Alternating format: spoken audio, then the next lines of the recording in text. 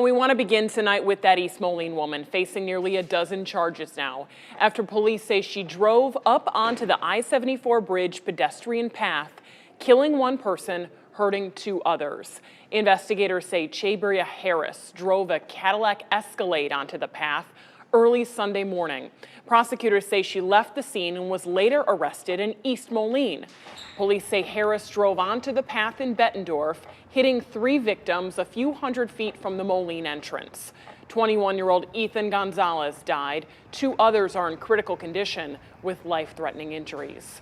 Following this story all day today, News 8's Nina Burns joining us live in Bettendorf as this incident raises some pretty serious safety questions. That path has only been open less than a month now. That's right, Denise. And right here is where that SUV drove up onto the pedestrian parkway instead of going onto and merging onto I-74.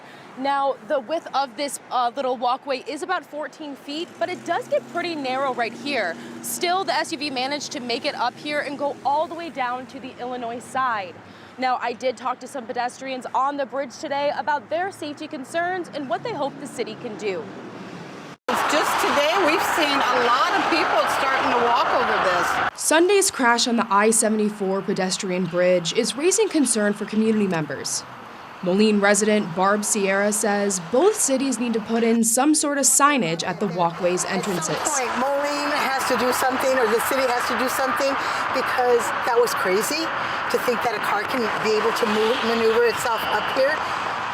So no, we need to do that like ASAP. It's bad they don't have a sign down there or something lit up that people can tell. With another community member suggesting blocking the entrances. A sign would be fantastic, or else just put it a big, I don't know, something to keep a car couldn't go through it.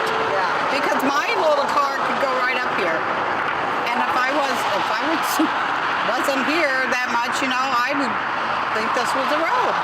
Worried that because the path is next to the highway, many bikers and walkers won't notice that a car is on the path rather than the road. If you go and you walk and there's a truck that comes by, like maybe 2 or 3 trucks, you can hear it, you can feel the movement, which is kind of scary. They've got to do something that's going to detour anything like that, especially, because it's 55 miles an hour on the bridge, and no, there's no reason for that. We don't need any accidents. And poor people had to be so scared because honestly, where can you go? You know, especially if you're over the.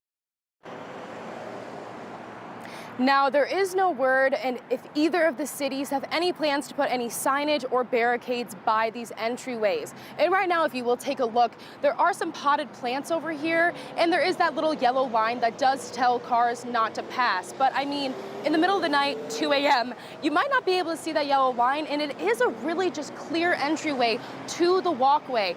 I mean, honestly, I'm not quite sure in the dark, in circumstances, someone who isn't exactly around here would know the difference. But like I said, we're not quite sure if either of the cities plan to or if they're going to put any barricades up. Back to you.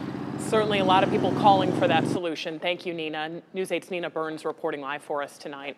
Now, the Iowa Department of Transportation tells us it's coordinating with Bettendorf and Moline on this investigation, talking about some ways to prevent incidents like this in the future.